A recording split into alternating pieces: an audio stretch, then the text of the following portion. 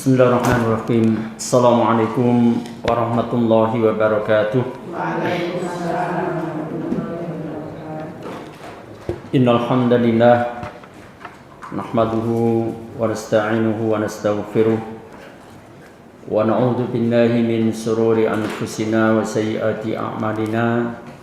May yahdihillahu fala mudilla lahu wa may yudlil fala hadiya lahu. Wa asyhadu an la ilaha illallah wahdahu la syarika lahu wa asyhadu anna Muhammadan abduhu wa rasuluh. Ya ayyuhalladzina amanu taqullaha haqqa tuqatih wa la tamutunna illa wa antum muslimun.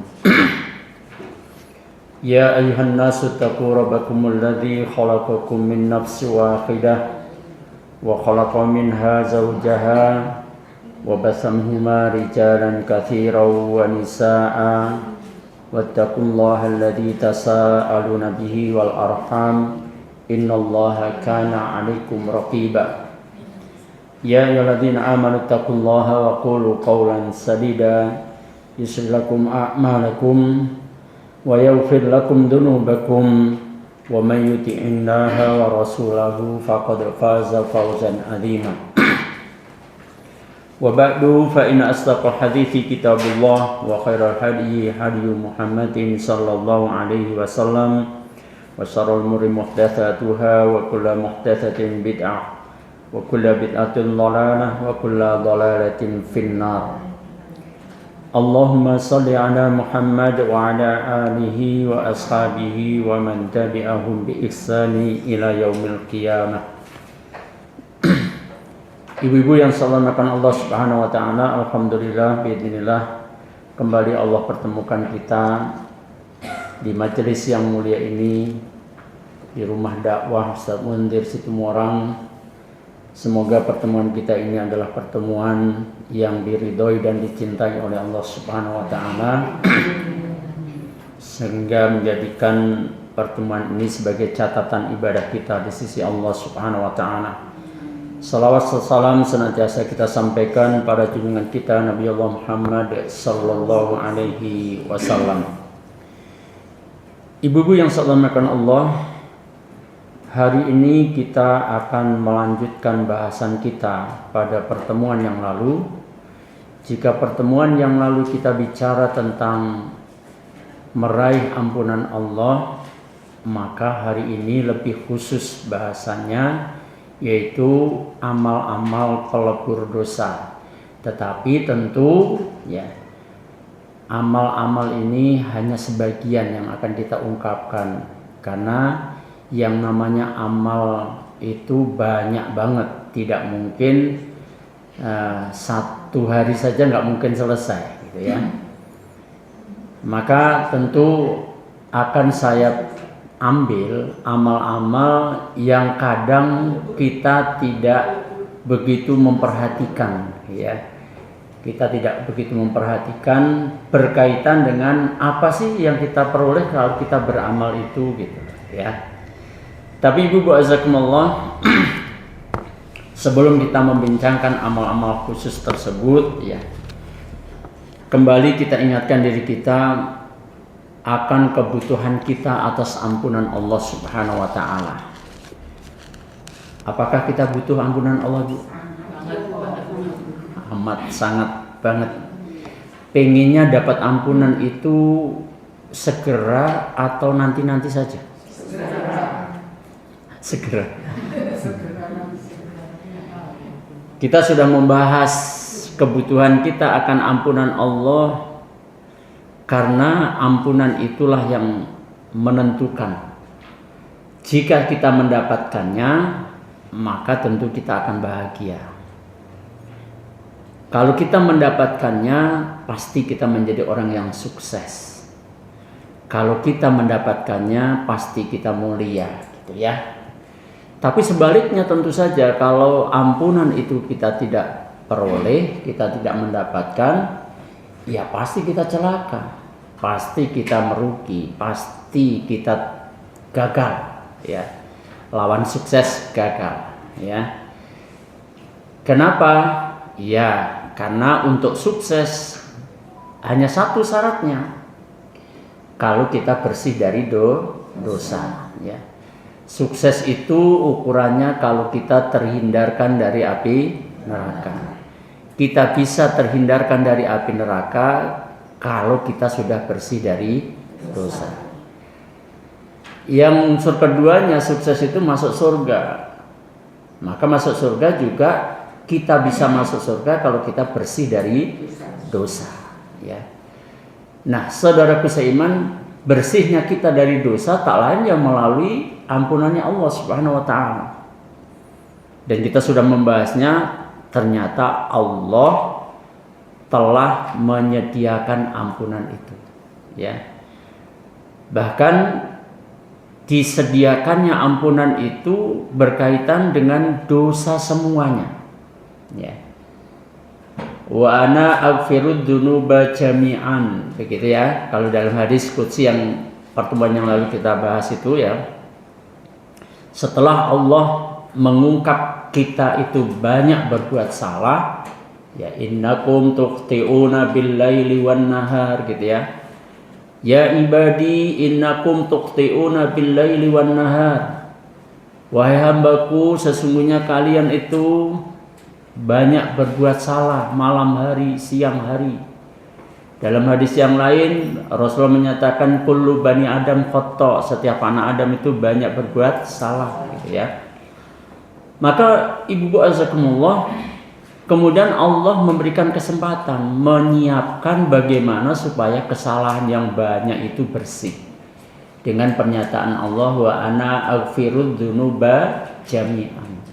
Dan aku siap, aku menyiapkan semua ampunan atas semua dosa, ya. Kemudian setelah Allah menyediakan ampunan itu ternyata tidak diberikan secara otomatis. Allah perintahkan fastaghfiruni. Allah sudah menyiapkan ampunan, sudah menyediakan ampunan, tapi ampunan itu harus kita minta. Perintah Allah dalam hadis tersebut, fastaghfiruni, maka mintalah ampunan kepadaku. Allah sudah menyiapkan ampunan, tapi kamu harus minta, gitu, ya. Kalau kita diem aja, ya nggak dikasih oleh Allah Subhanahu Wa Taala. Harus kita minta, ya. Aghfir lakum, kalau kita sudah minta, maka niscaya aku ampuni kalian, ya. Kemudian didukung dengan hadis Arba'in Nawawiyah, hadis yang ke-42, hadis qudsi juga. Sampai kemudian Allah berfirman, wahai anak Adam, selama engkau tetap memohon kepadaku, selama engkau tetap berharap kepadaku, aku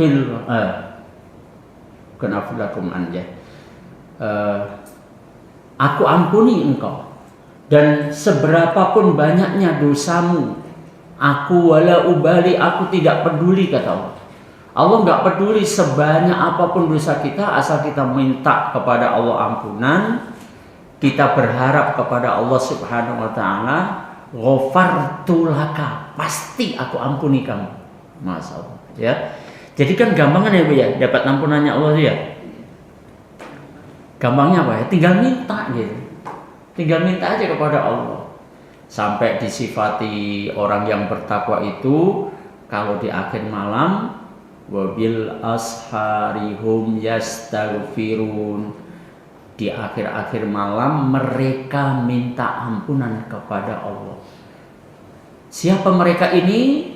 Orang yang bertakwa. Orang yang bertakwa itu kalau di akhir malam banyak istighfar, banyak minta ampunan kepada Allah di saat Allah turun ke langit dunia. Bahasa hadisnya begitu, yanzilu rabbuna tabaraka wa ta'ala kulla lailatin ila sama'id dunya hina yabqa thuluthul lailil akhir. Allah tabaraka wa ta'ala itu turun setiap malam ke langit dunia.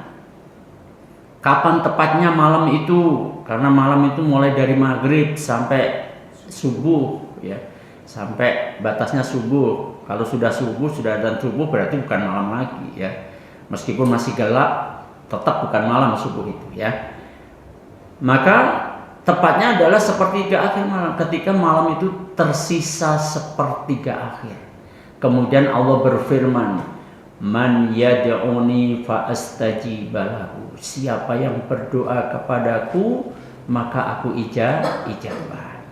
Wa man yas'aluni, siapapun yang mengadukan persoalannya kepadaku, mengadukan permasalahannya kepadaku, yang kemudian kita membaca diri kita, kan diri kita banyak masalah kan? Muka kita banyak masalah. Ya. Nggak apa-apa, adukan saja kepada Allah ya. Di sepertiga akhir malam. Fa'utiyahu. Pasti aku akan memenuhinya, aku berikan solusi. Tapi jangan gigi mongso, kalau orang Jawa gitu. Gigi mongso apa? Gigi mongso itu memaksa waktu, pengennya cepat-cepat gitu loh. Hari ini doa, hari ini dipenuhi oleh Allah gitu ya. Nggak begitu. Allah tidak bisa kita dikte dengan amal kita. Allah punya ketentuan sendiri. Allah punya kehendak sendiri. Kita punya kehendak, Allah punya kehendak. Yang berlaku untuk hidup kita bukan kehendak kita. Yang berlaku untuk kehidupan kita adalah kehendaknya Allah. Kehendak kita mah Ustaz Mundir sudah sehat dari ini gitu ya. Iya. Tapi kehendak Allah masih mengujinya. Begitu warahmatullahi ya. Hari ini berdoa, hari ini diberi, enggak begitu. Bahkan kadang ketika Allah tidak memberikan, atau belum ya bahasanya, belum memberikan apa yang kita butuhkan, kita adukan permasalahan kita, Allah belum juga memberikan solusi, ketahuilah bahwa itu kesempatan juga kita untuk mendapatkan ampunan. Nanti kita akan bahas itu ya. Dengan kesabaran kita, Masya Allah ya.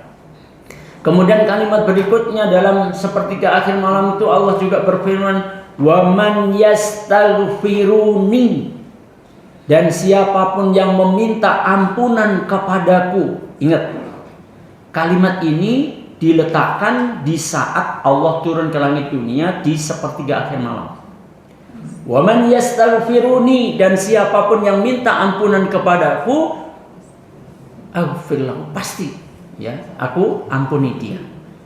Nah, Ibu rahmatullah, cocok banget dengan sifatnya orang yang bertakwa, di akhir-akhir malam selalu minta ampunan. Surat apa yang berapa sih itu? Tadi wabil asharihum yastaghfirun. Al-Dzariyat ayat 18. Nah, Ibu azakumullah, maka mari kita melihat bagaimana ketika Allah ingin memberikan ampunan kepada kita dengan petunjuknya.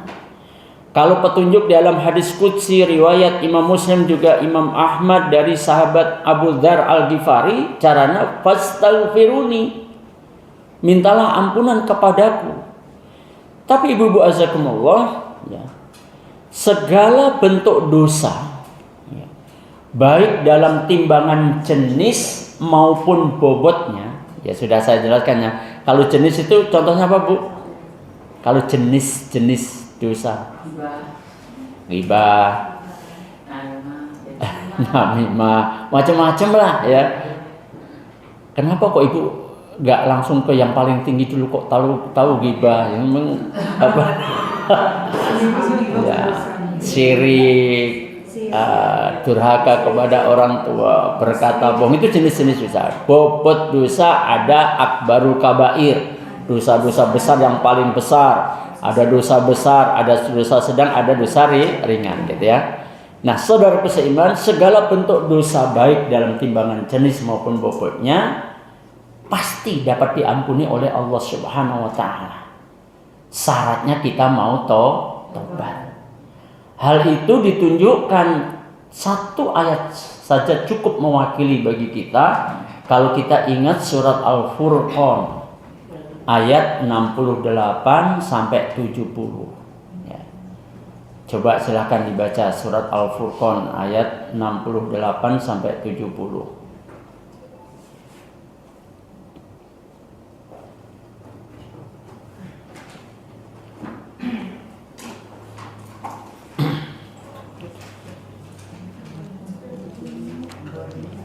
Monggo silakan yuk dibaca.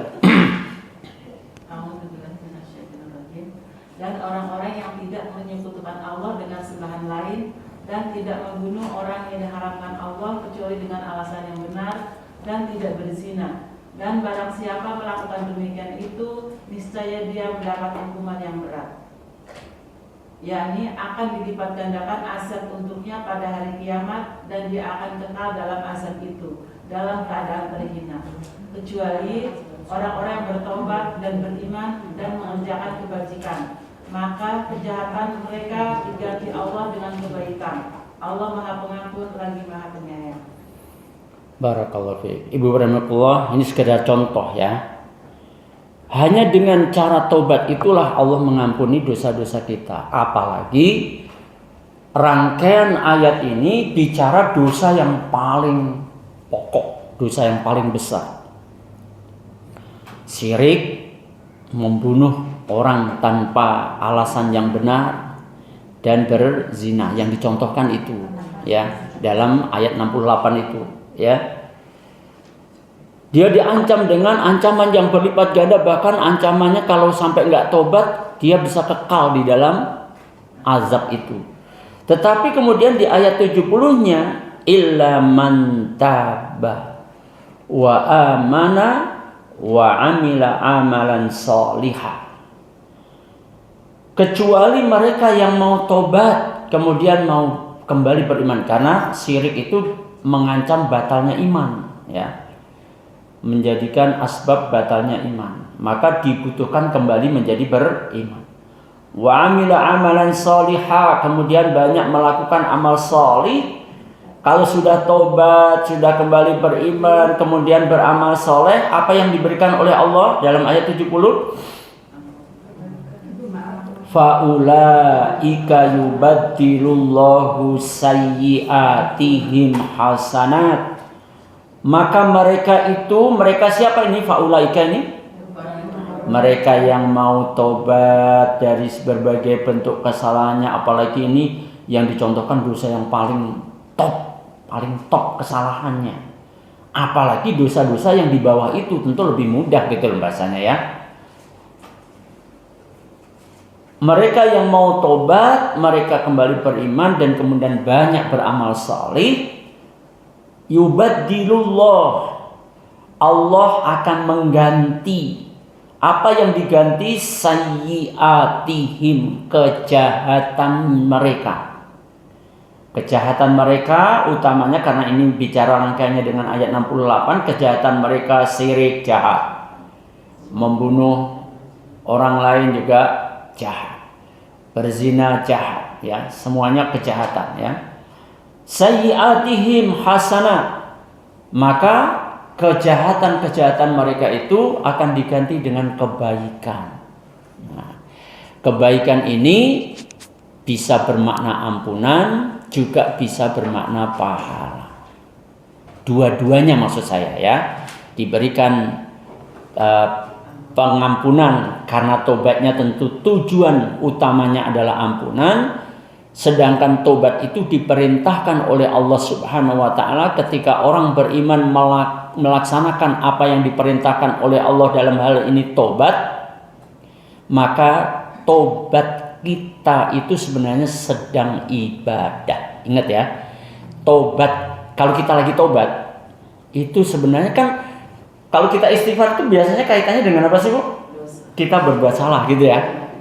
Tapi ketika kita istighfar itu termasuk kita beribadah sebenarnya. Ya, tobat itu ibadah. Ya, maka ibadah itu diberikan juga pahala. Sebagaimana kisahnya Ma'is bin Malik. Ya, ketika dia datang kepada Nabi minta dihukum rajam, minta ditegakkan hukum Allah pada dirinya karena dia mengaku telah berzina gitu ya.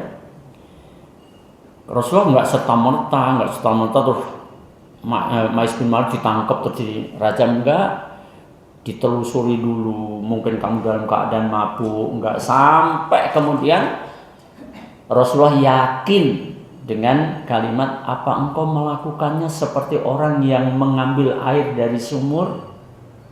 Ya, Rasulullah nggak vulgar, kalau nanya itu, apa kamu melakukannya seperti orang ngambil air dari sumur, bener-bener gitu loh ya.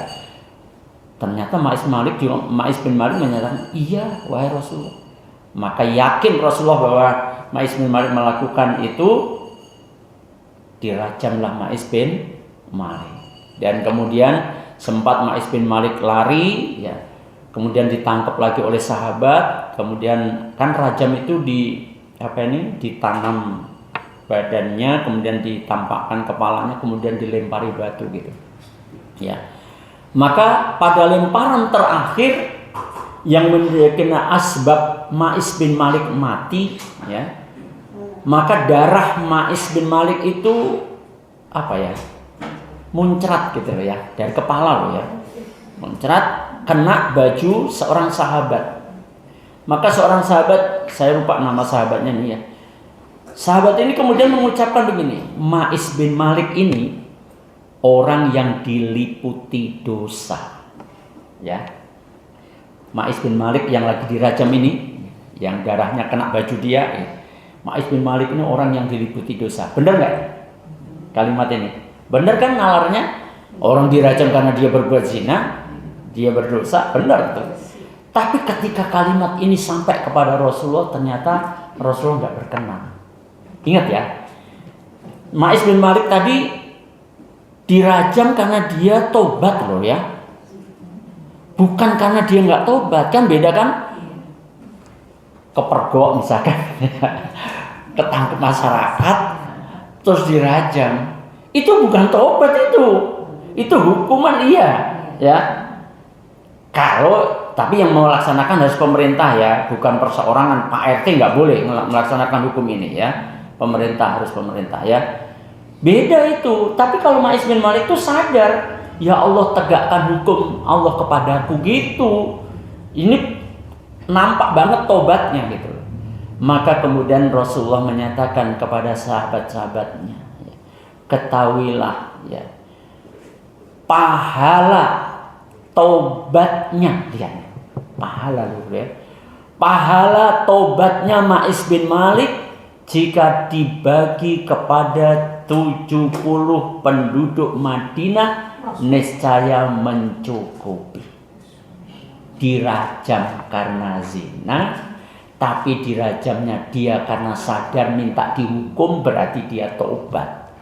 Dengan tobatnya itu, dalam ayat tadi, faulaika yubaddilullahu sayyi'atihim hasanah, maka kejahatannya Ma'is bin Malik diganti oleh Allah Subhanahu wa taala dengan hasanat, dengan kebaikan.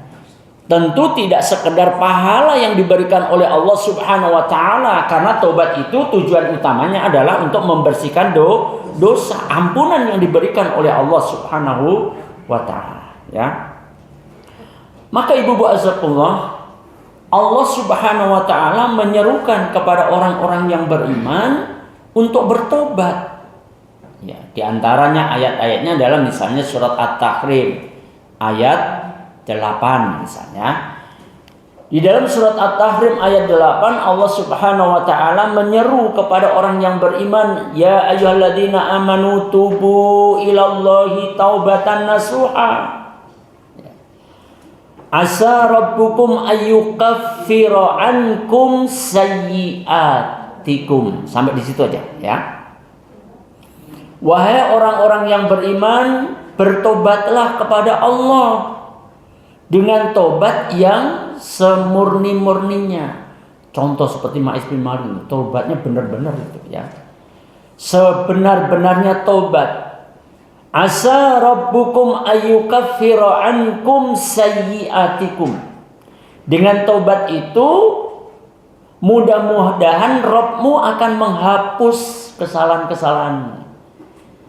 Jadi ya satu-satunya jalan adalah kita agar bersih dari dosa kita, ya tobat kita. Atau di ayat yang lainnya, di surat An-Nur ayat 31, di akhir ayat ini ya, Allah Subhanahu wa taala menyeru juga kepada orang-orang yang beriman, wa tubu ilallah jami'an ayyuhal mu'minun la'allakum tuflihun. Bertobatlah kamu semuanya kepada Allah, wahai orang-orang yang beriman. Wah, seruannya Masya Allah. Dan ayat 31 dari surat An-Nur ini berkaitan dengan aturan Allah untuk menjaga pandangan, juga menjaga kemampuan, ya. Bertobatlah kamu semua kepada Allah, ayyuhal mu'minun, wahai orang-orang yang beriman. Dengan tobat itu la'annakum tuflihun, agar kamu beruntung. Dengan jalan tobat, Allah mengampuni dosa, maka kita beruntung. Nah, saudaraku seiman yang insya Allah dimuliakan Allah Subhanahu wa Ta'ala, ya. Tobat itu banyak jalannya melalui amal-amal. Ya ini ya kita masuk ya masalah amal-amal. Ya. Saya menggolongkan ada 2 jenis amal. Ya. Ingat tadi saya sudah hantarkan, kita tidak akan mungkin membahas amal secara keseluruhan. Ya.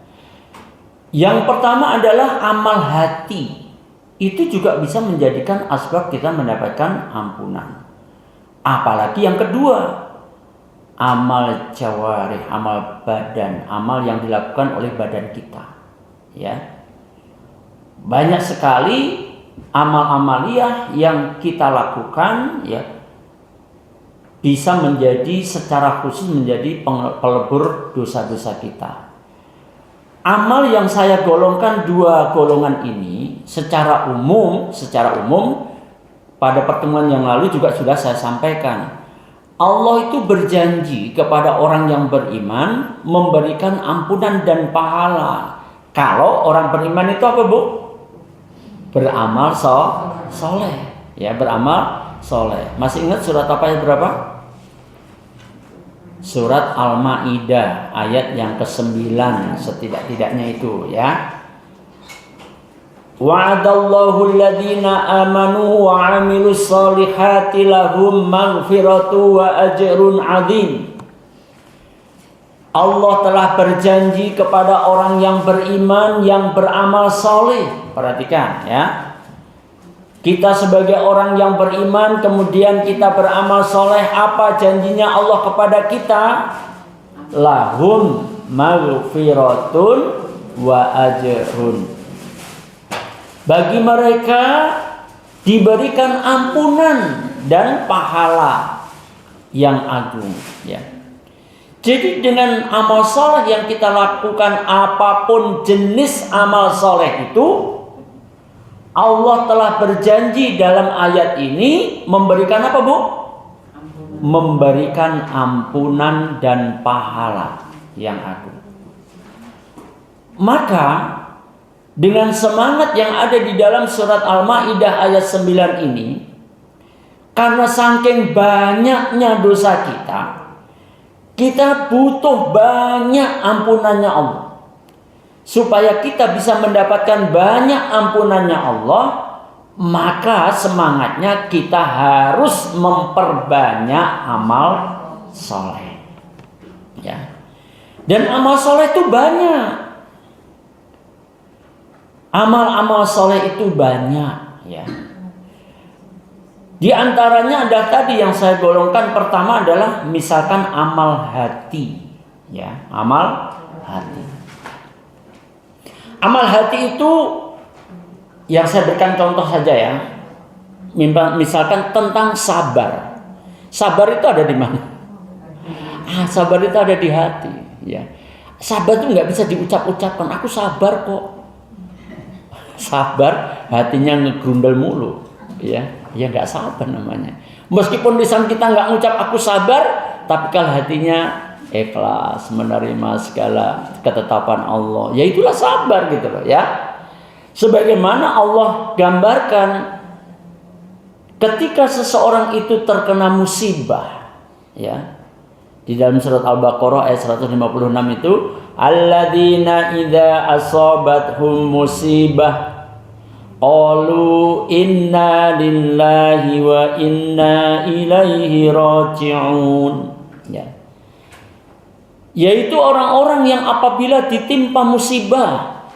Ayat sebelumnya ayat 155-nya, di akhir ayat 155 itu wabasyiris sabirin gitu ya. Berikanlah kabar gembira kepada orang-orang yang sabar. Orang-orang yang sabar itu yang seperti apa? Alladzina idza asabathum musibah, yaitu orang-orang yang apabila ditimpa musibah qalu inna lillahi wa inna ilaihi raji'un. Dia serta-merta mengucapkan kalimatul istirja, inna lillahi wa inna ilaihi raji'un. Tapi ingat ya, kalimat ini gampang diucapkan. Ya. Kalimat ini gampang diucapkan. Bahkan nyaris seperti kita latah. Gampangnya mengucapkan kalimat ini. Tapi yang menjadi persoalan bukan sekedar bisa mengucapkan kalimat inna lillahi wa inna ilaihi raji'un. Kalimat itu harus betul-betul nancep dalam jiwa kita. Masuk ke dalam jiwa kita. Apa sih maksudnya, Pak? Lihat, ada orang yang mengucapkan inna lillahi wa inna ilaihi raji'un fasih banget, cepat serta merta mengucapkan inna lillahi wa inna ilaihi raji'un ketika dirinya terkena musibah. Tetapi ternyata lisannya tak bisa menunjukkan bahwa dia telah mengucapkan kalimat itu, padahal dohirnya dia sudah ngucapin. Apa bentuknya? Dia masih ngegrutu saja. Ya. Dia masih nangis terus. Sudah berbulan-bulan nangis saja. Merenungi nasibnya ketika diuji oleh Allah Subhanahu wa ta'ala. Nah, saudaraku seiman, ini menunjukkan bahwa orang itu nggak sabar ketika diuji oleh Allah Subhanahu wa ta'ala. Ingat, ya. Meskipun Allah berjanji ketika kita berdoa Allah akan ijabah, ketika kita mengadukan persoalan kita akan diberikan solusi. Tapi ingat, doa kita itu tidak secara ujuk-ujuk kemudian diberi oleh Allah. Tidak selalu maksudnya gitu ya. Bahkan seringnya Allah itu malah nunda pengabulan doanya, ya kan? Seringnya kan begitu kan? Walaupun ada juga kadang-kadang peristiwa kita berdoa atau kita melakukan sesuatu amal langsung dibalas oleh Allah, gitu ya. Saya itu juga begitu, Bu. Kemarin yang pulang ke Jawa Timur rencana 1 malam akhirnya jadi 10 hari. Itu juga asbabnya ada, Bu. Ya. Ini sebagai pembelajaran aja. Saya sebelum berangkat itu nolong orang, gitu aja. Tapi begitu saya sampai ke Kediri, Allah datangkan urusan yang membahagiakan saya, tentu urusan itu ya.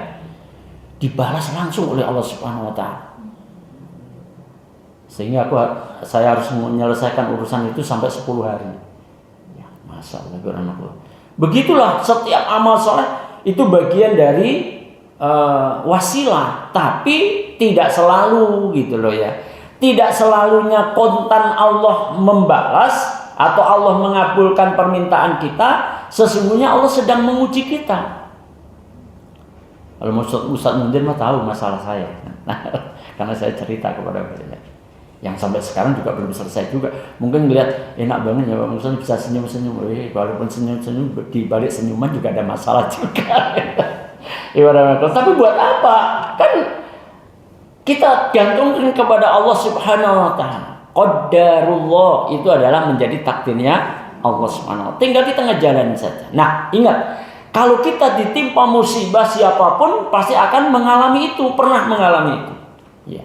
Musibah macam-macam bentuk musibahnya. Ketika dia kemudian kita menerimanya dengan sabar, ya, dengan mengucapkan, mengakui totalitas inna lillahi wa inna ilaihi raji'un, bahwa semua kejadian ini datangnya dari Allah. Itu bagian dari mana-mana inna lillahi wa inna ilaihi raji'un.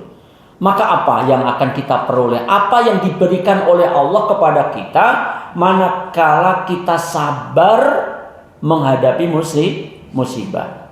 Ayat 157 suratul Baqarah, Allah menyatakan ulaika, Mereka, siapa itu mereka? Ulaika, mereka itu siapa? Orang yang tadi di ayat sebelumnya, yang ketika ditimpa musibah dia mengucapkan inna lillahi wa inna ilaihi raji'un. Ingat ya, tidak sekedar mengucapkannya saja, tapi mesti harus dibarengi keikhlasan hatinya di dalam menjalani ujian itu, ya. Sabar maksudnya, ya.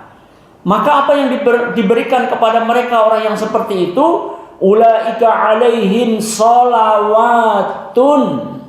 Ya, yang pertama diberikan sholawat. Dari siapa sholawat itu? Mir rabbihim, dari Rabbnya, dari Allah. Ya, juga diberikan warahmatun, juga diberikan rahmat. Juga Allah menyatakan wa ulaika humul muhtadun. Orang-orang yang seperti itu, model orang-orang yang sabar menerima ujian dari Allah itu, termasuk orang yang berada di atas petunjuknya Allah. Masya Allah. Jadi indikasi kita di atas Shiratal Mustaqim itu juga sabar juga gitu.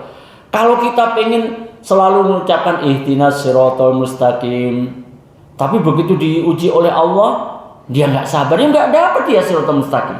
Ya. Nah, ibu-ibu azakumullah, kaitannya dengan bahasan kita, ternyata sholawatun itu diterjemahkan ampunannya Allah. Ini membuktikan bahwa dengan amal hati yang namanya sabar, itu menghantarkan kita untuk mendapatkan ampunannya Allah. Ya. Kemudian ibu-ibu azakumullah, ya. Amal yang lainnya adalah golongan amal badan. Ini banyak banget ini, ya. Banyak banget, ya. Contohnya ibu-ibu azakumullah, ya. Tadi secara umum setiap amal soleh Allah memberi apa? Ampunan dan pahala yang agung, ya. Setiap amal soleh. Coba kita berikan contoh saja. Kaitan amal soleh yang berada di sekitar amal soleh yang namanya sholat, ya. Kan kita selalu sholat kan?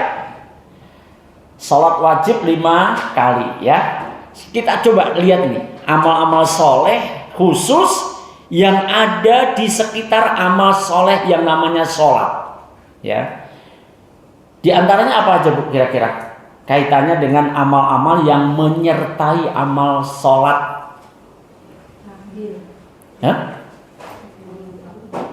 Takbir. Jangan sholatnya, ya. Tapi yang di sekitar sholat, wudu, ya kan? Kemudian sebelum itu untuk nandai masuk waktu sholat ada adzan. Nanti kita lihat nih, ada nggak kira-kira sekitar adzan itu amalan khusus yang bisa kita lakukan, kalau kita melakukannya kita mendapatkan ampunannya Allah gitu. Ya. Nah, ibu azakumullah, kita mulai dulu dengan ini ya, apa ini? Amal kaitannya dengan azan ya. Saya ambilkan yaitu zikir sekitar azan ya. Zikir sekitar azan. Apa yang ibu lakukan? Nirukan apa nih, ngikutin lafal adzan. Kemudian ada hadis seperti ini. Hadis yang diriwayatkan oleh Imam Ahmad, Imam Muslim, Imam Abu Dawud, At-Tirmizi, An-Nasai, juga Imam Ibnu Majah.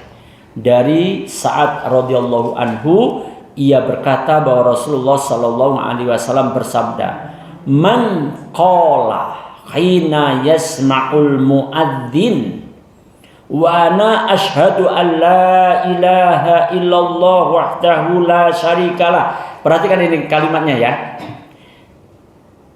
Barang siapa yang mengucapkan pada saat mendengar azan. Nah, ini dulu ketika Syekh Ali Jabir menjelaskan ini, itu kalimat ini diucapkan ketika muadzin setelah mengucapkan asyhadu anna Muhammadar Rasulullah, asyhadu anna Muhammadar Rasulullah. maka kita kemudian mengucapkan itu. Atau kalau di roja biasanya diletakkan ini di akhir setelah adzan selesai. Kita tidak mempersoalkan itunya lah ya, tapi lafalnya yang harus kita ketahui ya. Man qala hina yasma'ul muadzin ya. Barang siapa yang mengucapkan pada waktu mendengar muadzin, apa lafalnya? Wa ana asyhadu an la ilaha illallah wahdahu la syarikalah wa asyhadu anna muhammadan abduhu wa rasuluh. Kemudian disertai dengan kalimat raditu billahi robba. Kalau yang biasanya apa lanjutannya? Raditu billahi robba yang biasa, yang biasanya, yang bukan hadis ini. Yang biasanya gini, raditu billahi robba wa bil islami dina wa bi muhammadin nabiyya ya. Biasanya begitu kan? Tapi kalau untuk doa di dalam adzan atau setelah adzan, monggo ya, kalimatnya dibalik. Raditu billahi robba duluan, baru kemudian wa bi muhammadin rasulah. Ya, wa bi muhammadin rasulah wa bil islami dina.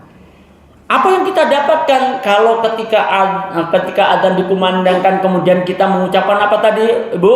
Wa ana asyhadu an la ilaha illallah wahdahu la syarikalah wa asyhadu anna muhammadar rasulullah. Ya.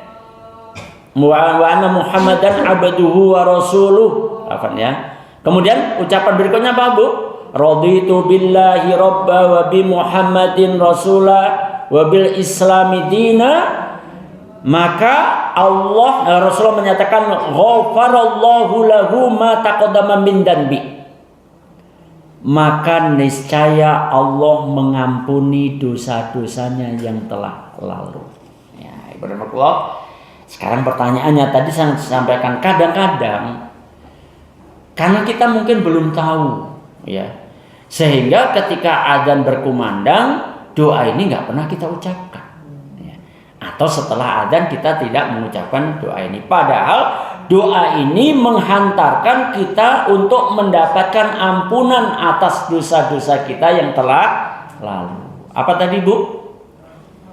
Wa ana asyhadu an la ilaha illallah wahdahu la syarikalah wa asyhadu anna muhammadan abduhu wa rasuluh raditu billahi robba wa bi muhammadin rasulah wa bil islami dina. Hafal, Bu? Lah gampang banget, gedek. Kan gampang kan? Yang raditu billahi robba itu kan cuma dibalik aja ya. Yang biasanya raditu billahi robba wa bil islami dina wa bi muhammadin rasulah atau nabiyya, dibalik ya, Muhammadnya diletakkan di tengah. Raditu billahi robba wa bi muhammadin rasulah wa bil islami dina, cuma berbalik begitu aja. Disertai ditambah sebelumnya wa ana asyhadu an la ilaha illallah wahdahu la syarikalah wa asyhadu anna muhammadan abduhu wa rasuluh. Amal adzan. Setelah Ibu ngapain? Mau sholat. Kalau mau sholat ngapain dulu anak-anak? Ibaratullah wudu. Banyak sekali wudu itu ibaratullah ya. Banyak ya. Apa ini wudu berkaitan dengan fadilah wudu itu hadisnya banyak banget ya. Saya ambilkan yang rinci saja ya, yang rinci saja. Idza tawaddo'al, ini hadis yang diriwayatkan oleh Imam Malik, Imam Ahmad, Imam An-Nasai dan Sahih hadis ini ya. Idza tawaddo'al abdul mu'minu ya. Fatamadmadha kharajatil khotoya min fihi fa idza tansara kharajatil khotoya min anfihi fa idza ghasala wajhahu kharajatil khotoya min wajhihi ya. Hatta hatta yakhruja min tahtil asfari ainaihi fa idza ghassala yadayhi yadayhi, tangannya, ketika membasuh tangan. Maka apa yang terjadi? Kharajatil khotoya min yadayhi hatta yakhruja min tahtil adfari yadayhi fa idza masaha ra'sahu, ketika membasuh mengusap kepala. Nanti saya terjemahnya yang secara bebas ya. Kharajatil khotoya min ra'sihi hatta takhruja min udunaihi fa idza ghassala rijlaihi kharajatil khotoya min rijlaihi hatta takhruja min tahti adfari rijlaihi thumma kana masyuhu ilal masjid wa salatu lahu nafilatan. Ya, coba dengerin ini kaitannya dengan wudhu nih. Kita setiap kali wudhu, ya, apakah pernah kita menyadari bahwa dengan wudhu itu Allah mengampuni dosa-dosa kita? Kenapa kita harus membahas ini? Supaya menambah kekhusyuan ketika kita wudhu, karena banyak sekali tampak orang wudhu itu sembarangan. Kayaknya mau cepet-cepet banget wudhu, tak menikmati wudhunya. Coba kalau ibu tahu tentang fadilah pengampunan melalui wudhu, ibu pasti akan menikmati wudhu itu. Ya, apalagi ini harusnya kalau dalam hadis-hadis sebelumnya itu adalah menyempurnakan wudhu, ya, menyempurnakan wudhu, nggak asal-asalan wudhu itu. Ya, baik, hadis ini maknanya adalah apabila seorang hamba mukmin berwudu, ya, apabila seorang beriman itu berwudu, lalu dia berkumur-kumur, maka apa yang terjadi? Maka kesalahan-kesalahan keluar dari mulutnya. Masya Allah, ya. Maka nikmati itu kalau ketika wudu, ya, berkumurnya, ya, karena ini mulai rinci satu-satu, ya. Kemudian yang berikutnya apabila dia beristinsar. Istinsar itu mengeluarkan air, menghembuskan air dari hidung. Berarti aktivitas sebelum istinsar adalah istinsak, yaitu menghirup. Jadi ini walaupun nanti pada bahasan fikih itu pendapat boleh aja, ya, pendapat cukup dengan begini-begini, itu terserah. Tapi istinsak itu menghirup. Bahkan nanti dikuatkan dengan hadis yang lain, kalau kamu sedang berpuasa, istinsaknya jangan terlalu dalam. Itu berarti membuktikan bahwa air itu sampai masuk, gitu loh, ya. Bukan sekedar cuma dibasahkan di ujungnya saja, apalagi cuma gini-gini. Nah, maaf nih, karena ini mau diupload di YouTube, ya. Cobalah diperbaiki. Kalau Rasulullah sampai berpesan, kalau kamu sedang berpuasa, istinsak jangan terlalu dalam. Itu menunjukkan apa? Berarti airnya masuk, kan? Kalau cuma begini-begini, khawatir nggak? Ya nggak usah ada perintah, nggak usah terlalu dalam. Cuma gini-gini memang di luar, ya. Tapi buktinya Rasulullah menyatakan kalau kamu lagi puasa, jangan terlalu dalam. Berarti memang airnya harus masuk. Nah, itu cara menyempurnakan wudhu, ya. Nah, setelah itu istinsar dibuang, jangan ditelan lalu. Kok ditelan? jangan ditelan. Eman Pak, wah, eman. Istinsar dikeluarkan. Nah, ketika hamba itu istinsar, harajatil khotoya min anfihi, maka akan keluar kesalahan-kesalahan dari hidungnya. Coba, subhanallah. Setelah hidung apa dulu? Fa idza ghassala wajhahu, ketika membasuh muka, ya. Ketika orang beriman itu membasuh wajahnya, maka kesalahan-kesalahannya akan keluar dari wajahnya, sehingga ia keluar dari ujung bulu matanya. Karena memang ketika membasuh muka, pastilah bulu mata ibu basah. Kalau sampai bulu matanya nggak basah, ada persoalan dengan wudhunya berarti. Masa membasuh muka bulu matanya nggak basah? Iki mbok pilih iman-iman wedake Pak. Atau apa Bu? Maaf nih Bu. Apa yang ditempel-tempelkan? Eyeshadow. Kok tahu eyeshadow juga ya? Iman-iman eyeshadownya jangan. Basuh muka, namanya muka itu ya batasnya mulai dari akhir tumbuhnya rambut ini ya, dibasuh. Apa yang terjadi ya? Kita nggak bicara wudhunya lah. Apa yang terjadi kalau kita membasuh muka kita, maka kesalahan-kesalahan itu akan keluar dari wajah kita sampai dengan air yang netes dari bulu mata kita. Setelah itu apa? Membasuh tangan, ya kan? Apabila dia membasuh kedua tangannya, maka kesalahan-kesalahannya akan keluar dari kedua tangannya sehingga ia keluar dari ujung kukunya. Apa ada orang membasuh tangannya terus kukunya nggak basah? Halo? Nggak sempurna, berarti wudhunya nggak sah itu, ya. Berahmatullah ya, sampai dikatakan kesalahan itu keluar sampai dari ujung kukunya, kuku tangannya. Setelah itu apa Bu? Apabila dia mengusap kepalanya, maka kesalahan-kesalahannya akan keluar dari kepalanya sehingga ia keluar dari dari kedua telinganya. Karena biasanya menyatu, membasuh kepala kemudian telinga, ya. Keluar dari kepalanya hingga ia keluar dari kedua telinganya. Dan yang terakhir, kaki. Apabila dia membasuh kedua kakinya, maka kesalahan-kesalahan keluar dari kedua kakinya sehingga ia keluar dari ujung kuku kakinya. Cuma dalam hadis ini ada amal yang lain, ya. Kemudian ia berjalan menuju masjid dan sholatnya adalah tambahan pahala baginya. Itu tahun ini bagi orang yang pergi ke masjid.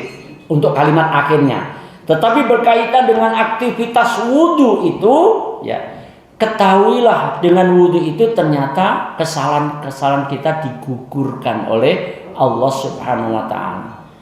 Dengan demikian kita mesti harus menghayati, kita harus menikmati, kita juga harus khusyuk. Setiap amal itu harus khusyuk Bu, ya. Kita harus khusyuk ketika wudhu.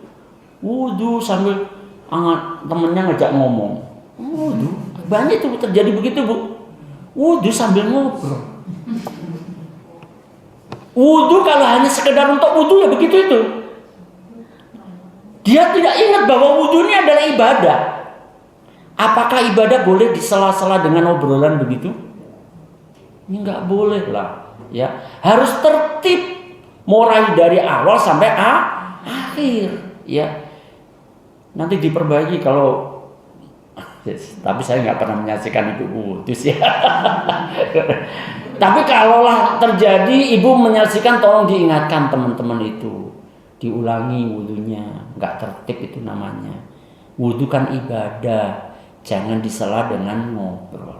Sampai selesai dulu baru nanti ngobrolnya setelah wudhunya selesai agar sempurna wudhunya itu.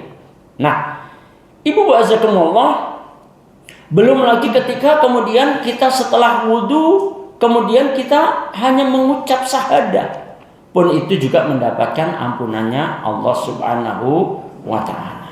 Nah, ibu-ibu yang setelahnya Allah Subhanahu wa Ta'ala, aktivitas kita yang lain yang selalu kita lakukan apa Bu? Makan. Saya ambilkan makan ini.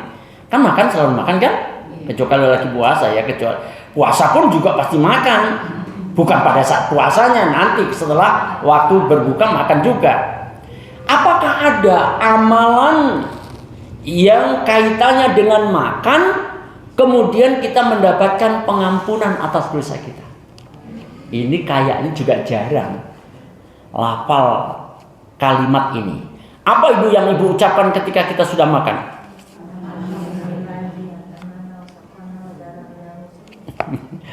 Ya, saya ambilkan lafal yang ini ya, lafal yang lebih baik ya.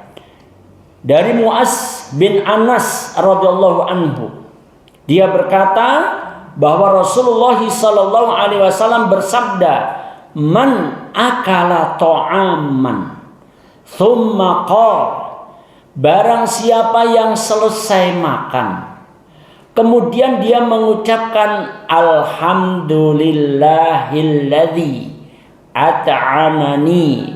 Sudah kan? Udah hafal kan sampai itu ya? Alhamdulillahilladzi at'amani hadat ta'ama wa razaqanihi min ghairi hauli minni wala quwwatin. Apa Bu? Alhamdulillahilladzi at'amani hadat ta'ama wa razaqanihi min ghairi hauli minni wala quwwatin. Kalau kita mengucapkan itu setelah makan, selesai makan mengucapkan doa lengkap seperti tadi, apa yang kita peroleh? Ghufira lahu ma taqaddama min danbi wa ma ta'akhkhar. Masyaallah. Niscaya diampuni dosanya yang telah lalu, juga dosanya yang akan datang. Kita tidak membahas apa itu maknanya dosa yang akan datang ya. Tetapi kita lagi konsentrasi pada amal-amal yang menjadikan asbab kita mendapatkan ampunan. Ternyata selesai makan ada amal yang menjadikan asbab kita dapat ampunannya Allah. Bagaimana Nana lafalnya? Alhamdulillahilladzi at'amani hadat ta'ama wa razaqanihi min ghairi hauli minni wala quwwatin ya. Alhamdulillahilladzi at'amani hadat ta'ama wa razaqanihi min hauli minni wala quwwatin ya. Nanti saya janji aja ya, jangan sekarang tapi nanti saya sharekan, saya kirim ke Bu Muntir untuk dikirim di grup ini ya. Baik, Ibu rahimakallah, amalan yang lainnya Ibu azakumullah itu kaitannya dengan makan. Ada yang kaitannya yang selalu kita kerjakan, Bu. Berpakaian. Aduh. Ya pasti dong. Ibu sebelumnya seperti ini kan. Ya berpakaian maksudnya ada ketika selesai menggunakan pakaian, ya. Wa man labisa thauban faqala, ya. Barang siapa yang memakai pakaian lalu dia mengucapkan, lagi-lagi pakai alhamdulillahilladzi. Kalau tadi alhamdulillahilladzi at'amani hadat ta'ama wa razaqanihi min ghairi hauli minni wala quwwatin ya. Kalau pakaian, setelah pakaian itu terkenakan alhamdulillahilladzi kasani hadza wa razaqanihi min, sama di belakangnya min ghairi hauli minni wala quwwatin. Perbedaannya ada di mana? At'amani hadza ta'am. Di situ aja. Diganti dengan kasani hadza ya. Cuma kasani aja bedanya dengan at'amani tadi ya. Kalau berpakaian gimana? Alhamdulillahilladzi. Sampai situ udah apa?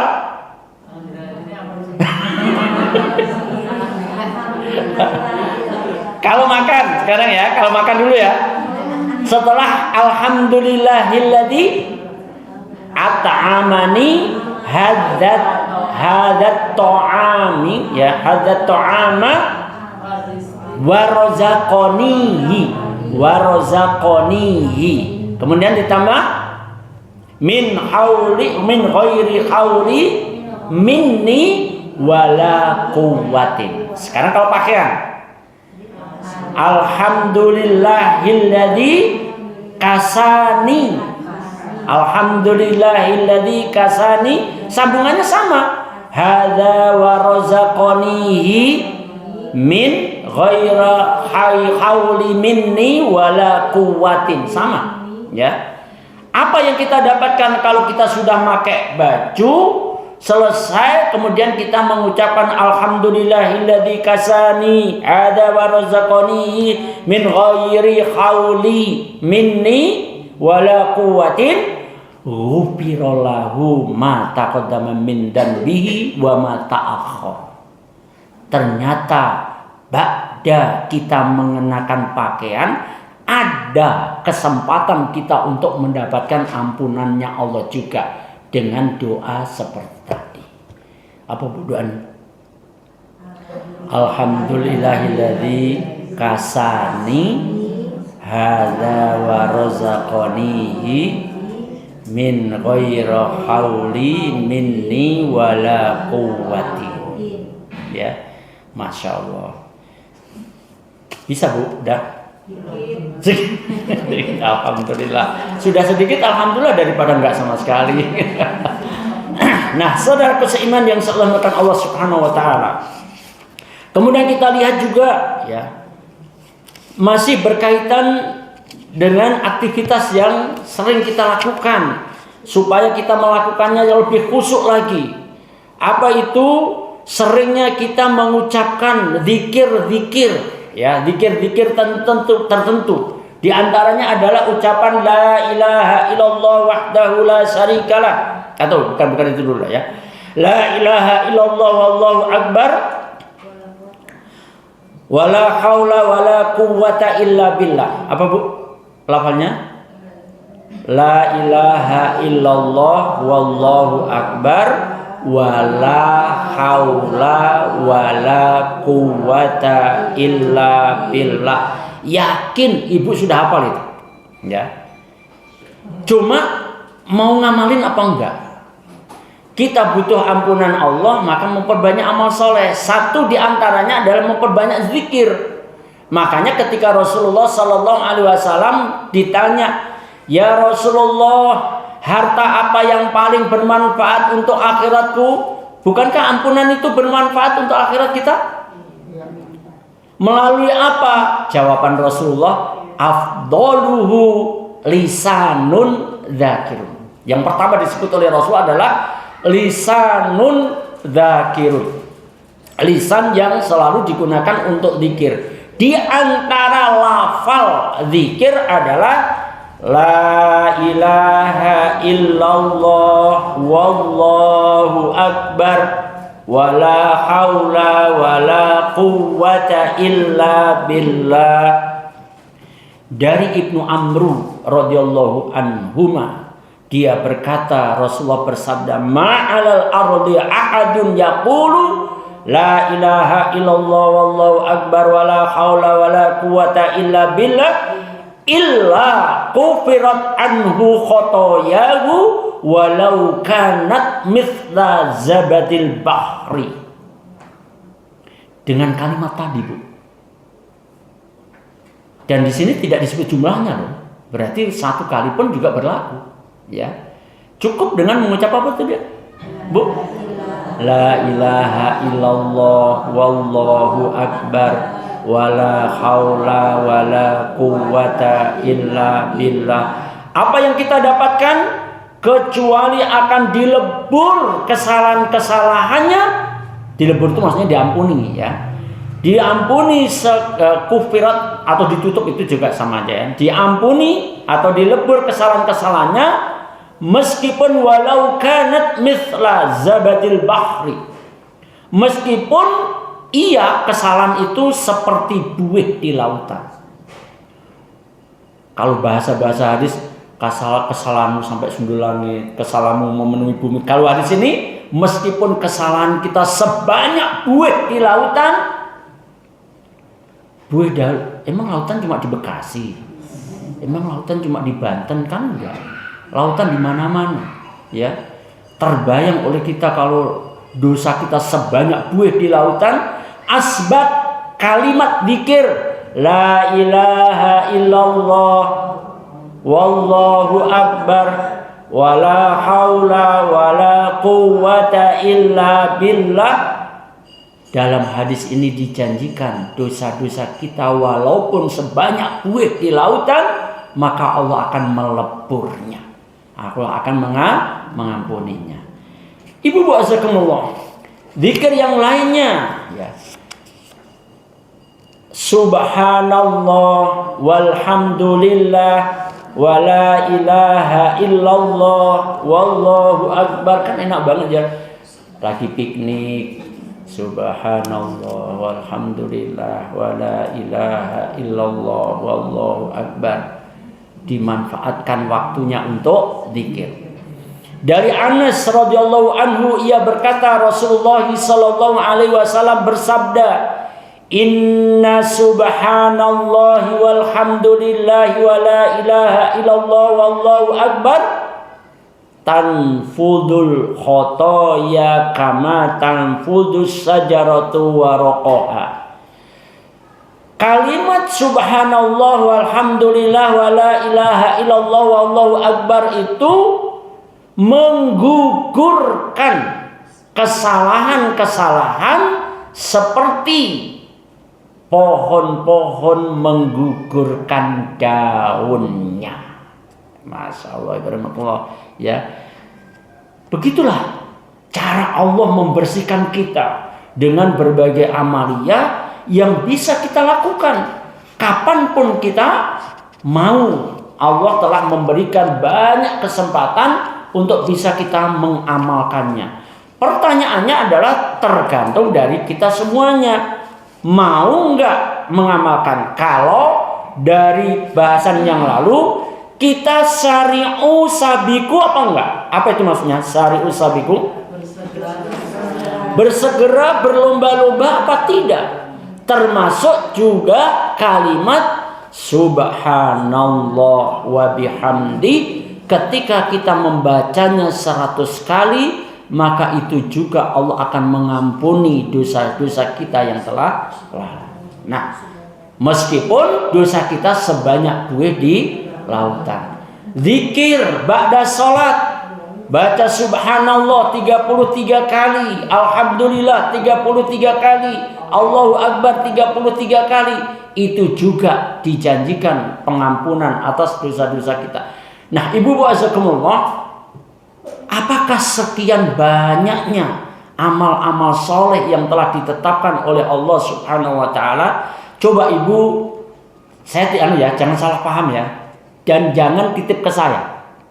Kalau titip ke saya biasanya nanti terbetik saya ngambil keuntungan gitu, ya.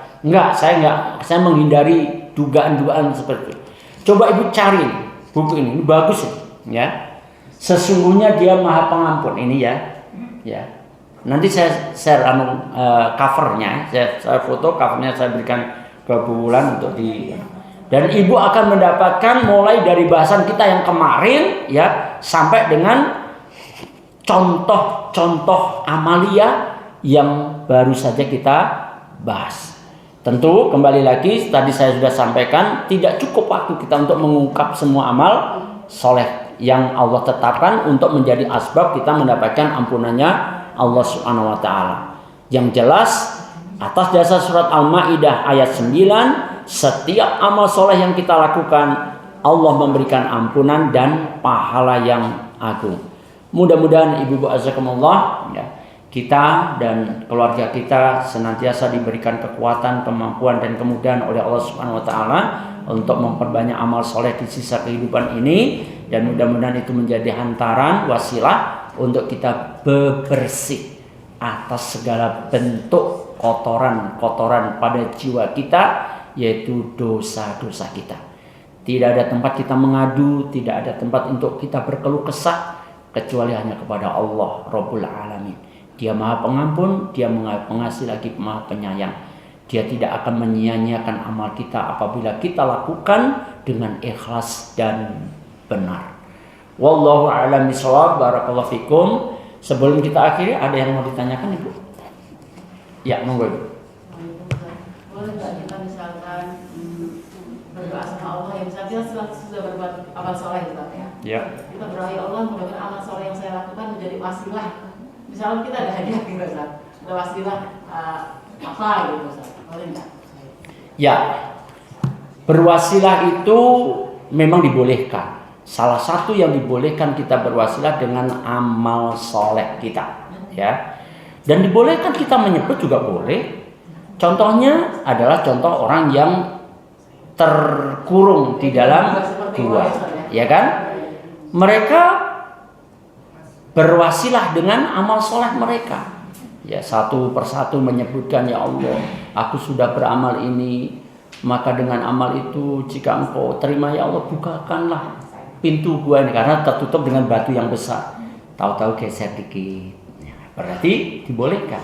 Kemudian yang kedua juga begitu, menyebut amal soleh yang, tapi ingat loh ya, nyebutnya hanya kepada Allah.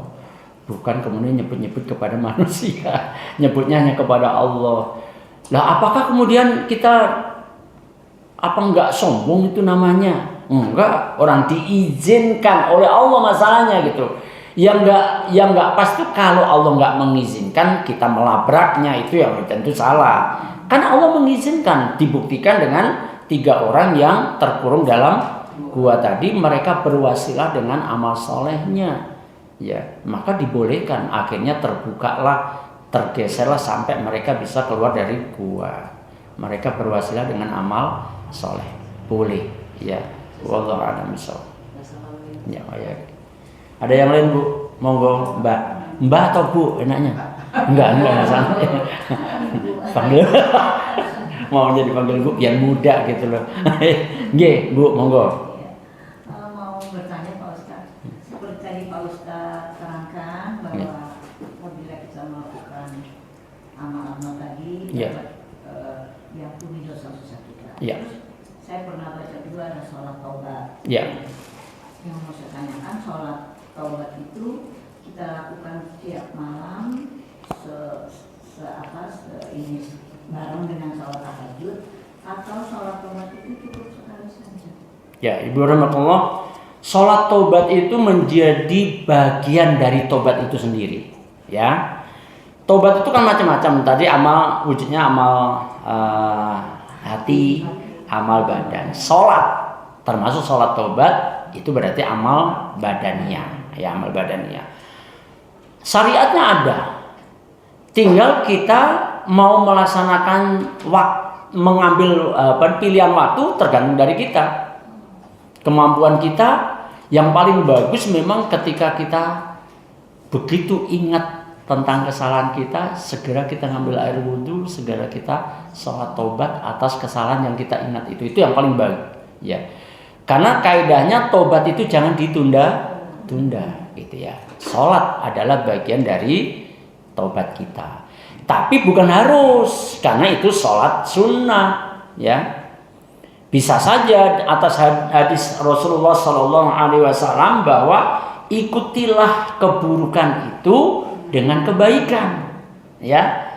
Maka tidak selalu kebaikan itu tidak selalu sholat. Misalnya, sebagaimana yang dicontohkan ketika Abu Hurairah merasa salah. Merasa salah, belum tentu salah. Karena suaranya ketika dipanggil ibundanya, memenuhi panggilan ibundanya, dia merasa kok suaraku lebih tinggi dari suara ibu ya.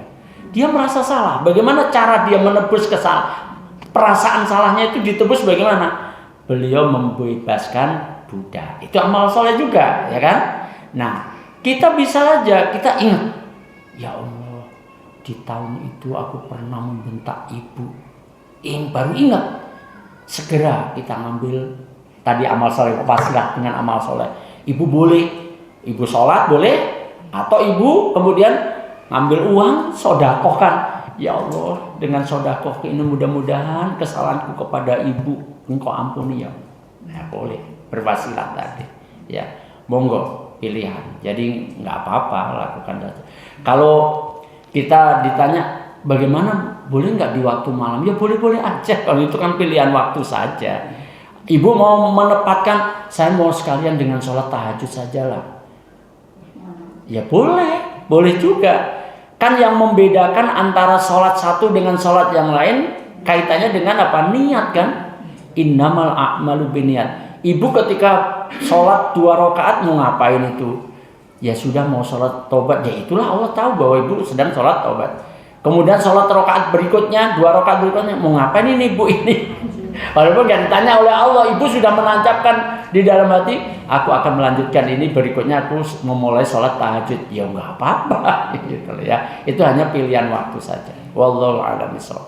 Ada yang lain ibu? Itu tadi berkaitan dengan amalan hati tadi. Iya. Kalau dalam di rumah tangga kita ada kata-kata yang kurang enak terhadap ibunya, anak gitu. Di satu sisi sebagai ibu aku harus memaafkan anak saya gitu. Ya. Itu, tapi seketika itu kita masih ada rasa sakit maksudnya. Ya. Ya, terus kita memohon sama Allah istighfar, ampuni ya Allah, semoga saya juga bisa memaafkan anak saya itu. Ya. Baik, kaitannya dengan memaafkan orang. Ibu coba lihat surat Al-Imran. Ayat mulainya dari ayat 134 sampai 136. Ya. Surat Al-Imran ayat 134 sampai 136. Atau ibu baca 2 ayat aja, 135-nya nggak usah dibaca. Yang dibaca adalah 134 dan 136-nya. Monggo. 34 dan 36. 134 ya dan 136. Yaitu orang-orang yang 133 kali ya. Ya, 134. Yaitu 134 orang-orang yang berinfak baik di waktu lapang maupun di waktu sempit. Dan orang-orang yang menahan amarahnya dan memaafkan kesalahan orang lain.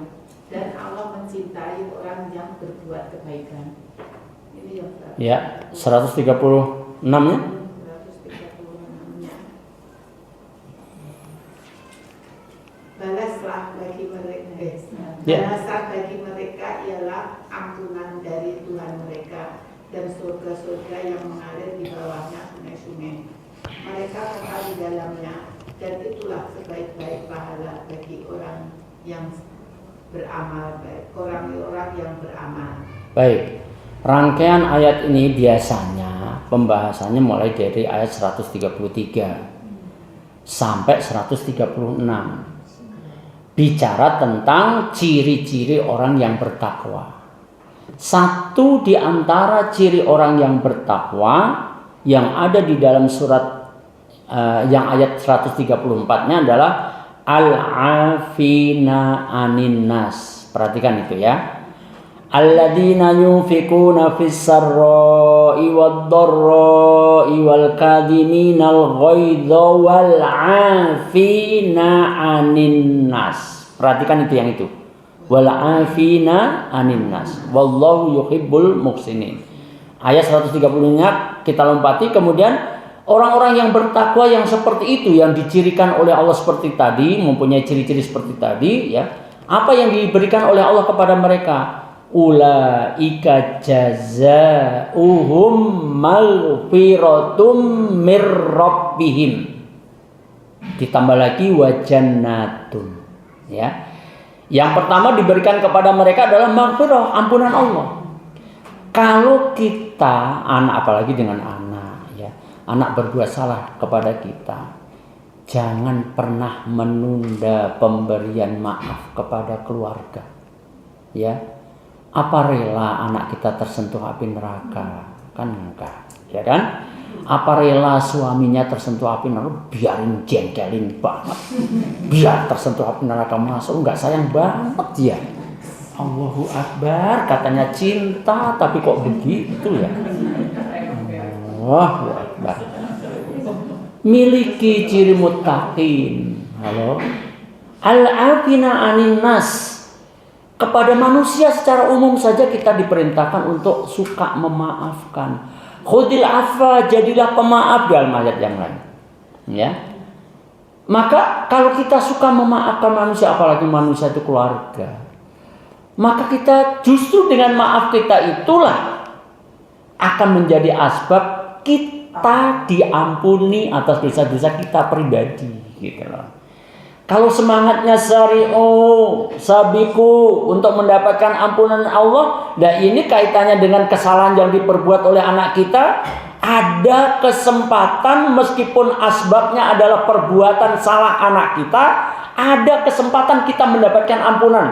Sabarnya dapat ampunan, kemudian segera memaafkan anak kita, itu pun juga menjadi asbab kita dapat ampunannya Allah Subhanahu wa ta'ala. Ya. Kemudian tadi kaitannya dengan suasana hati, ya.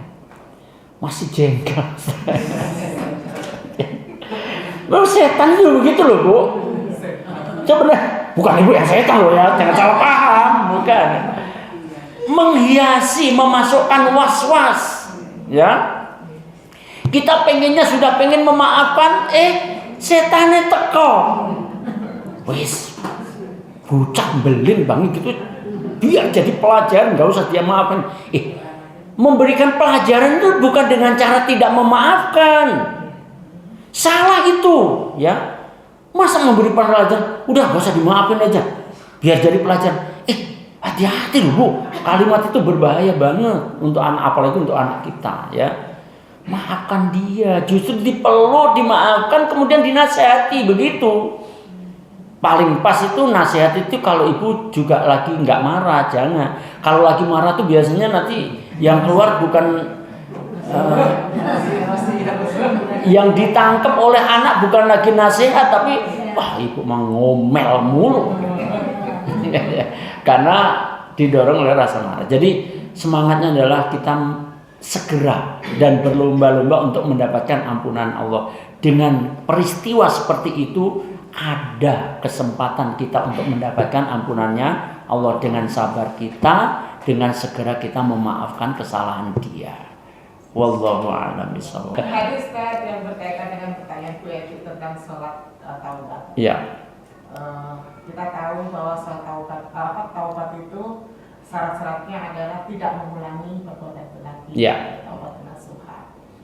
Nah, kalau idealnya kalau kita sudah sholat taubat nih, berarti dosa kita insya Allah sudah ampuni. Kita tidak akan mengulangi lagi. Ya.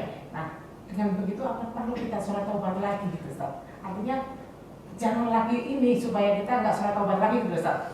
Yang namanya taubat kan kita harus taubatan nasuha gitu, Ustaz. Iya. Nah, ada nggak jalannya bolak-balik sholat itu kan diulangi lagi salahnya, diulangi nanti mesti sholat taubat lagi kok gitu loh, Ustaz.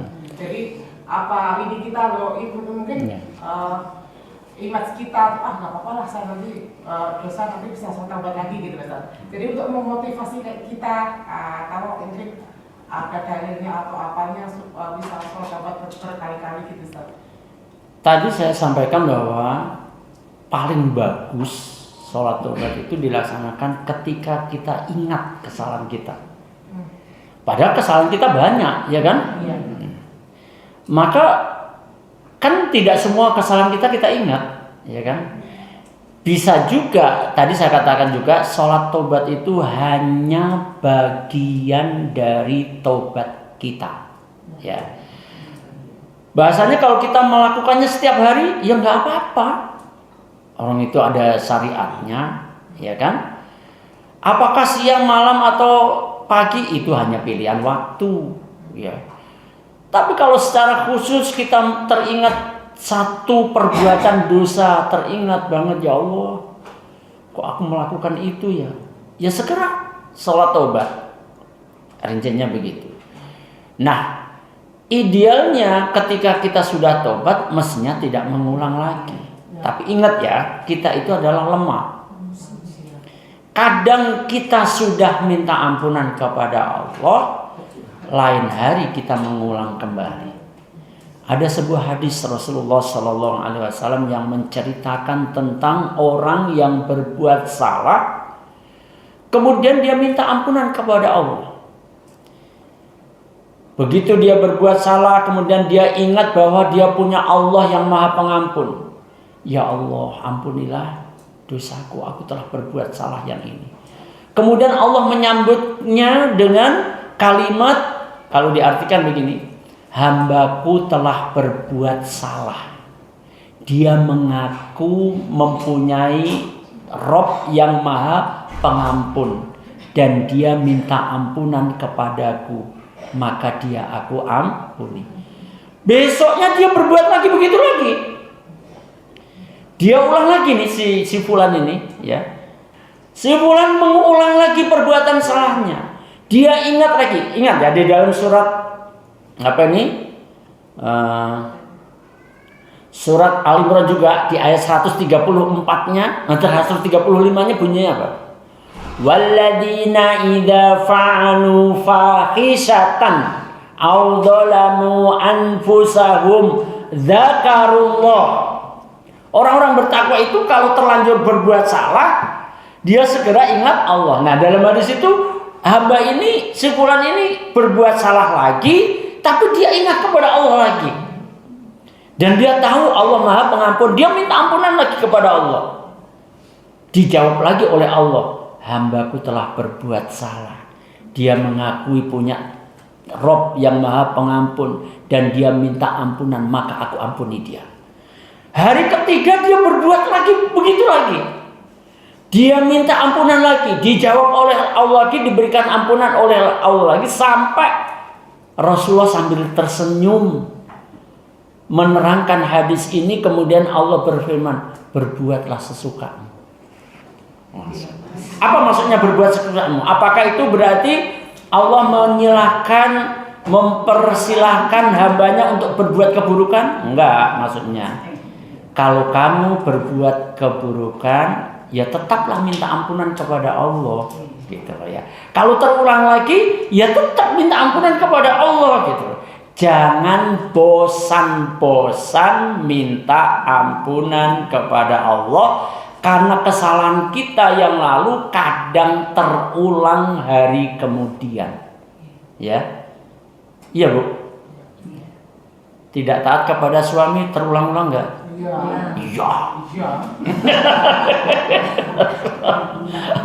Iya. Ngaku nih ya gitu. Ibarat orang ya terulang-ulang berarti ya. Ya. Yang tadi Ustaz. Ya. Syarat-syaratnya kan taubatan nasuha itu tidak mengulangi lagi. Itu yang berat Ustaz.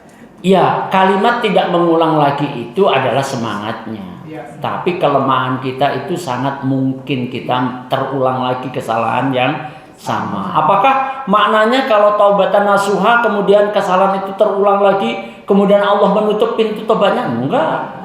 Tetap dengan hadis tadi, apalagi dengan hadis yang lainnya, bahkan pintu tobat itu tertutup kalau nafas atau nyawa sudah sampai kerongkongan. Berarti selama nafas masih longgar, bahasa kita ya, tetap terbuka kesempatan untuk mendapatkan ampunannya Allah. Ya, tapi ada memang hadis-hadis yang mengancam, misalnya kullu ummati mu'afan illal mujahirin. Setiap umatku itu mudah dapat maafnya Allah, kecuali orang yang menjaharkan kejahatannya, menjaharkan kesalahannya itu memamerkan, mempertontonkan, memperdengarkan, membuka tutupan Allah. Makanya bahasan yang itu orang beriman ditanya oleh Allah, kamu pernahkah berbuat yang ini, salah ini? Pernah ya Allah. Yang ini hari pengungkapan itu, yaumut taghabun, hari pengungkapan kesalahan. Kamu kan pernah buat yang ini? Kita kira-kira kalau ditanya begitu gimana, Bu? Allah yang nanya ini. Kamu pernah kan berbuat yang ini? Terus jawaban kita, mau ngeles? Gak akan bisa ngeles. Kita di hadapan Allah pasti jujur. Sampai kemudian kita putus asa. Begitu kita putus asa, Allah jawab, di dunia dosamu aku tutupi. Lihat nih ya. Makanya jangan suka membuka aib. Aib diri sendiri jangan diceritakan kepada orang lain, ya. Di dunia dosamu aku tutupi, nggak ada orang yang tahu. Maka hari ini engkau aku ampuni. Masya Allah, ya.